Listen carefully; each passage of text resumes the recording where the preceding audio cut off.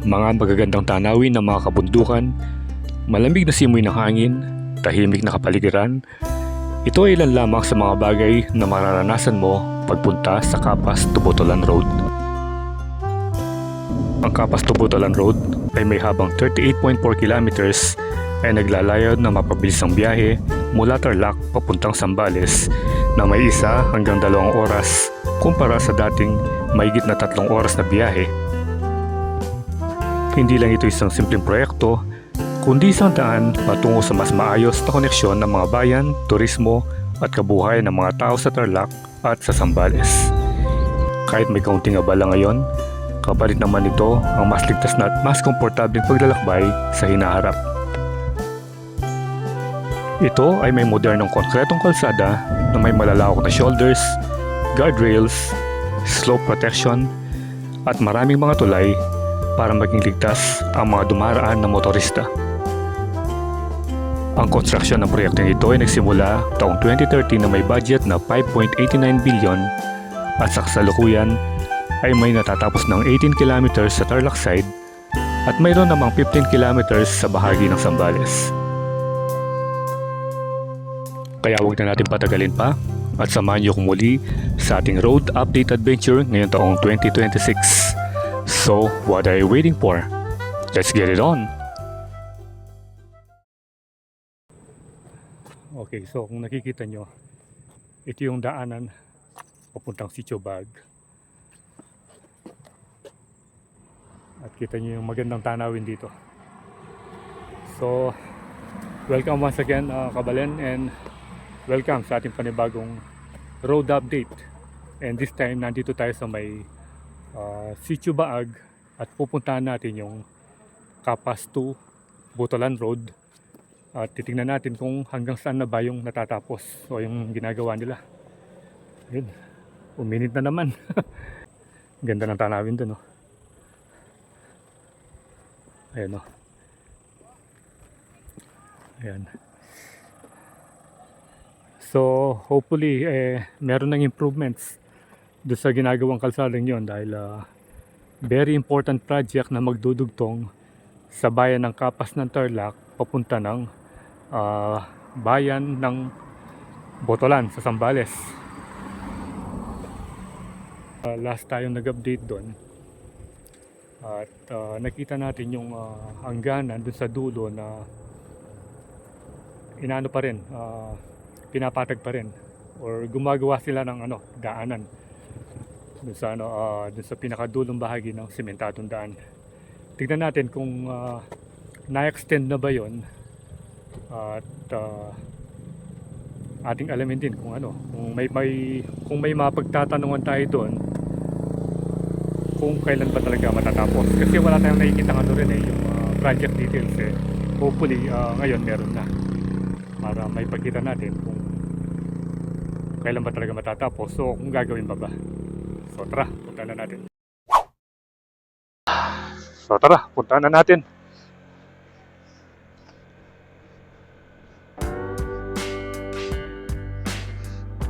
Ayan, no? May nagpo-photoshoot dito kahit mainit. Dito yata yung entrance dun yung bagong view deck.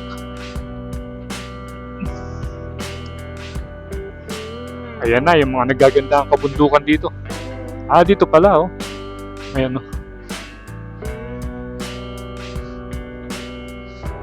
Puntahan muna natin yung yung kalsada doon.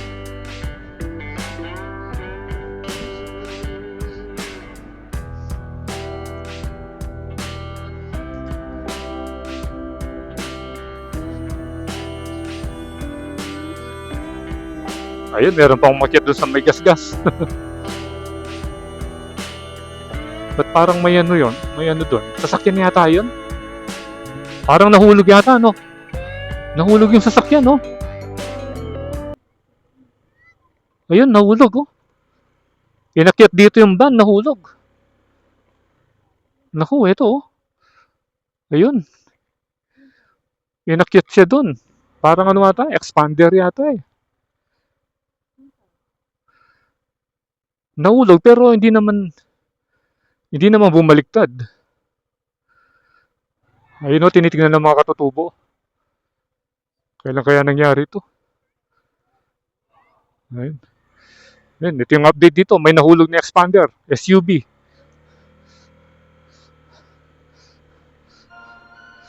Hello?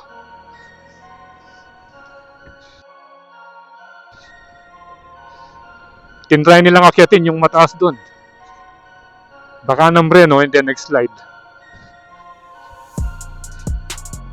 Meron ako nakikitang umakit dun, mga, ano lang, yung mga bikers. Yan, eto na yung malalim, oh. Ito, matindi yung daan dito. Yan na. Ito yung pababa, papunta dun sa, ano, sa tulay. Yan, pag nandito ka, kitang-kita mo na yung mga community ron. Woo!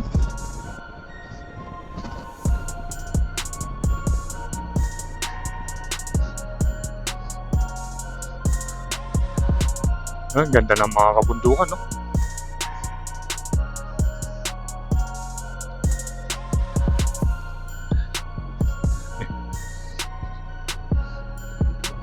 Sarap talaga magmotor dito. Dito naman sa parting ito, kailangan dahan-dahan ka. Medyo nito hairpin. Hairpin ito, and then, you know, tignan nyo.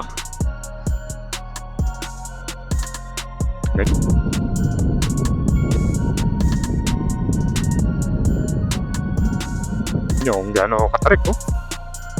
Although malapad naman, kaso yan, kahit yung mga sakyan medyo nahihirapan dito. Uy, may landslide, oh. Ito na yung tulay. Ito, nagkaroon ng landslide dito. Ayan, oh. Ito, nawasak yung ano rito, yung parang protection, yung wall protection. Ito, nasira. Ayan, tignan nyo naman, no? Titigas na lupa. Ayan, may landslide dito sa tabi mismo ng bridge. Pero ito hindi pa binibigyan ng ano, ng pangalan.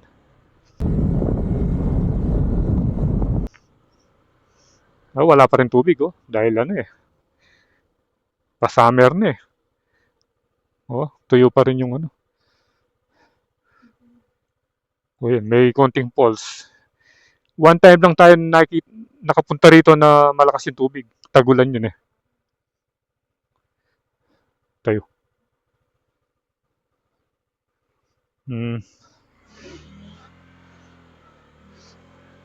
Ayan, ito na yung community.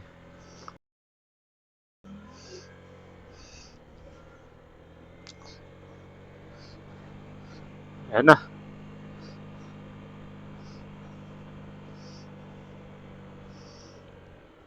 Ayun yung ano, MCGI.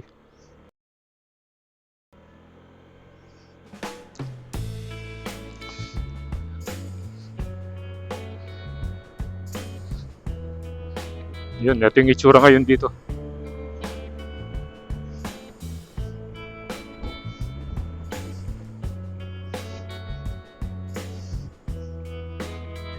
Yan, papunta na tayo dun sa pinakadulo.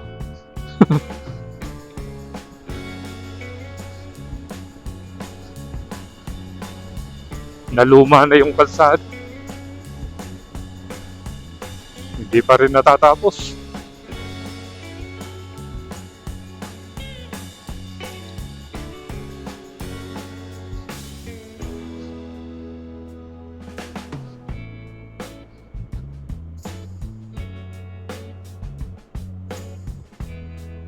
Ayan.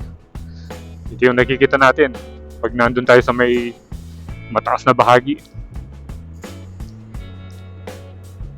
Ito yung ikalawang tulay.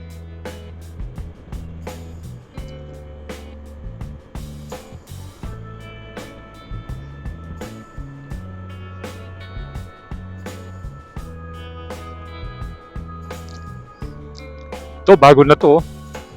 Ayan, oh. Merong rest house. Ayan. Ang ganda ng tanawin. Ayun, bago rin yun, oh. Ang daming bagong tayong mga kubo at bahay dito.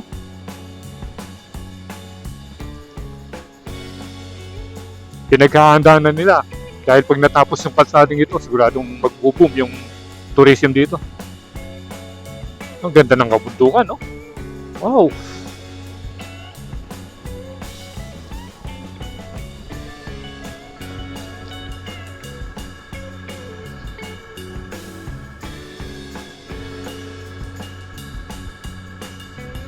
Dito wala nang masyadong nagpupunta. Hanggang doon lang. Pero tayo, susubukan uli natin. Ayan, hanggang dito na lang yung simentadong kalsada. Ayan, so diretso pa tayo doon.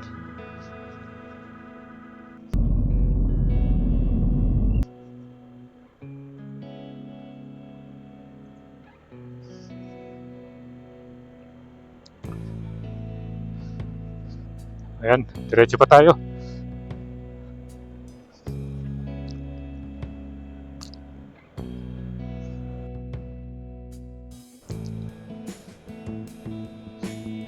Last time nung pumunta tayo rito, ang gamit natin si Azul. Yung ating Indian motorcycle na Dominar.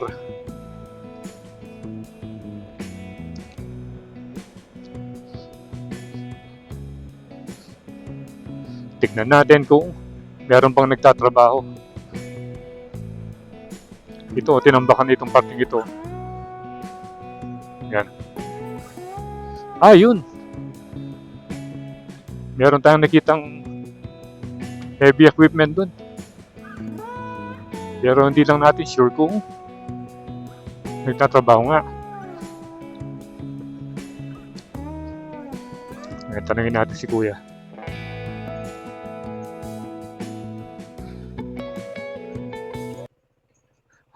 Boss, hanggang saan pwede? Hanggang saan pwede pumunta? Hanggang doon lang? Wala nang daan doon? Hanggang doon sa may... Anong yon? Ano ba yun? Bako yun? Hanggang doon pwede? Oo nga. Pero hindi pag gumagawa hanggang doon. Sige sir. Thank you. Okay. Ayun.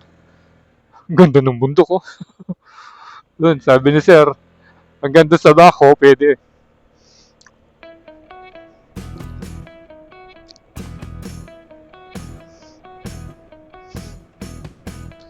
Daming kambing.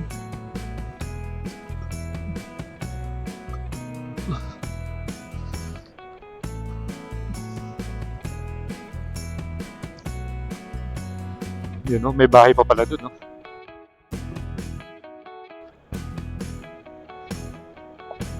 Wow. Ayun, merong ano ata. 2 bako.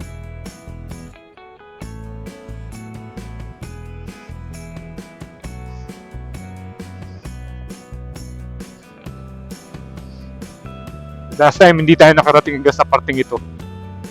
Doon lang. Doon kung saan tayo nagtanong kay Kuya. Hanggang doon lang tayo.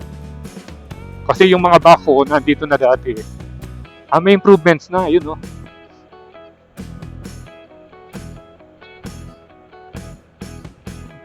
Yan. Dito maganda mag-trail, no? Ang lalaki ng mga bato. Yan. Ito pala, oh.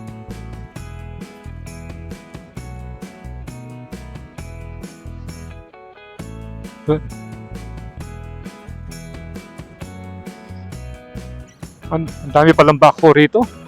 4. Kala ko kanina 2 lang.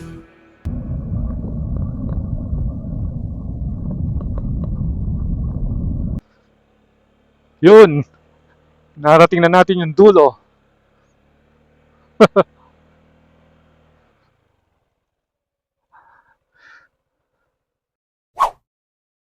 Okay, so finally, narating na natin yung pinakadulo ng Capas to Butolan Road. Ayan, nakarating tayo dito sa pinapatag nilang kabundukan. Hanggang dito na lang yung motor natin. Kasi dito aakit yung mga excavator, which is apat sila. Ayan. Nung last time tayong nag-update, hindi tayo nakarating dito. Pero ngayon, nakaapak mismo tayo dito sa yung pataas, pinakadulong bahagi. Aakyat pa yan, diretso pa. At tingnan nyo yung mga bato, ang lalaki. Mga puting bato, magkaiba yung isang side na to, malalaking puting bato. Dito naman, kulay gray na matitigas, and then doon lupa na, tapos may taniman pa ron, no? Nagtanim pa sila doon. Ayan. Ito yung napatag nila. Tapos merong ano rito, apat na backhoe.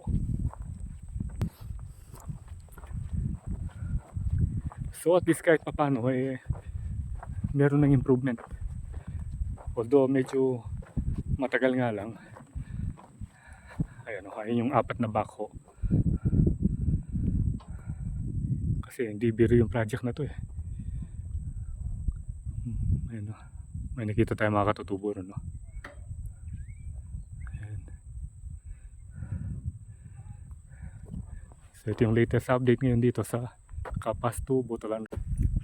Marami nang nag-aabang sa kalsadang ito na matapos. Excited na ang lahat dahil isipin mo, mapapadali na yung pagbiyahe mo from Tarlac to Zambales. Hindi ka naiikot dun sa SCTEX or sa Gapan Olongapo Road. Magiging madali na yung biyahe. Ngayon pa lang nakarating dito si Stark. Last time kasi yung gamit natin si Dominar, yung ating fake scrambler. Ayan o. Hello. Ayan. So wala na raw daan. Sina kuya kumuha ng saging. Malayo pa raw yung pinagkunan. Doon pa. So tingnan nyo kung gaano kahirap yung buhay dito. Kukuha ka ng saging, tatawid ka pa ng bundok. Malamig pa rin. Paliparan muna natin ang drone.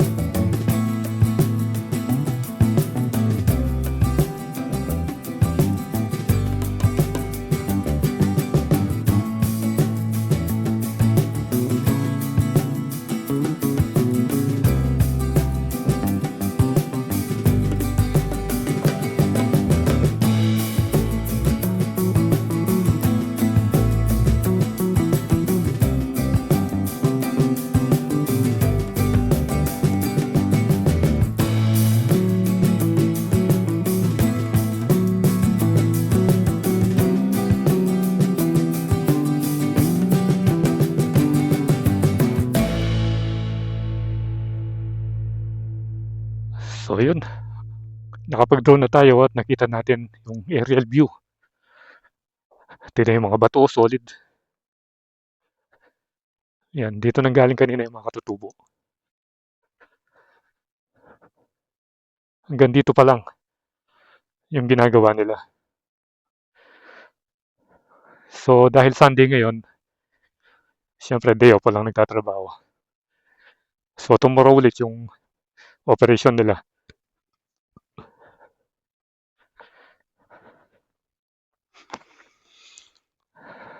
So I think dito ko natatapusin yung ating pag-update tungkol sa Kapas to Butolan Road, which is nandito tayo sa pinakadulo ng ginagawa nila. So abangan natin sa susunod na update yung pagbabalik natin dito, maybe 2-3 months, ganyan, para may update ko kayo muli tungkol dito sa pinakaabangang project ng Tarlac to Zambales Road, or also known as Kapas to Butolan Road. So ride safe always, Kabalan. See you when I see you, and Froilandas is signing out.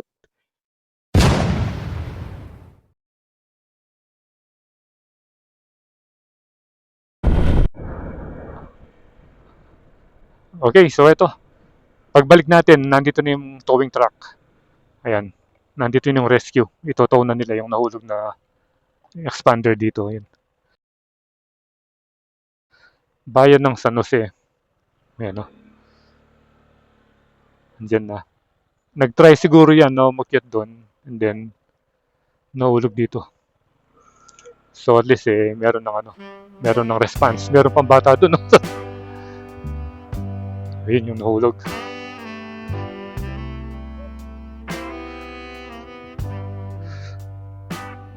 Ayan, dito tayo.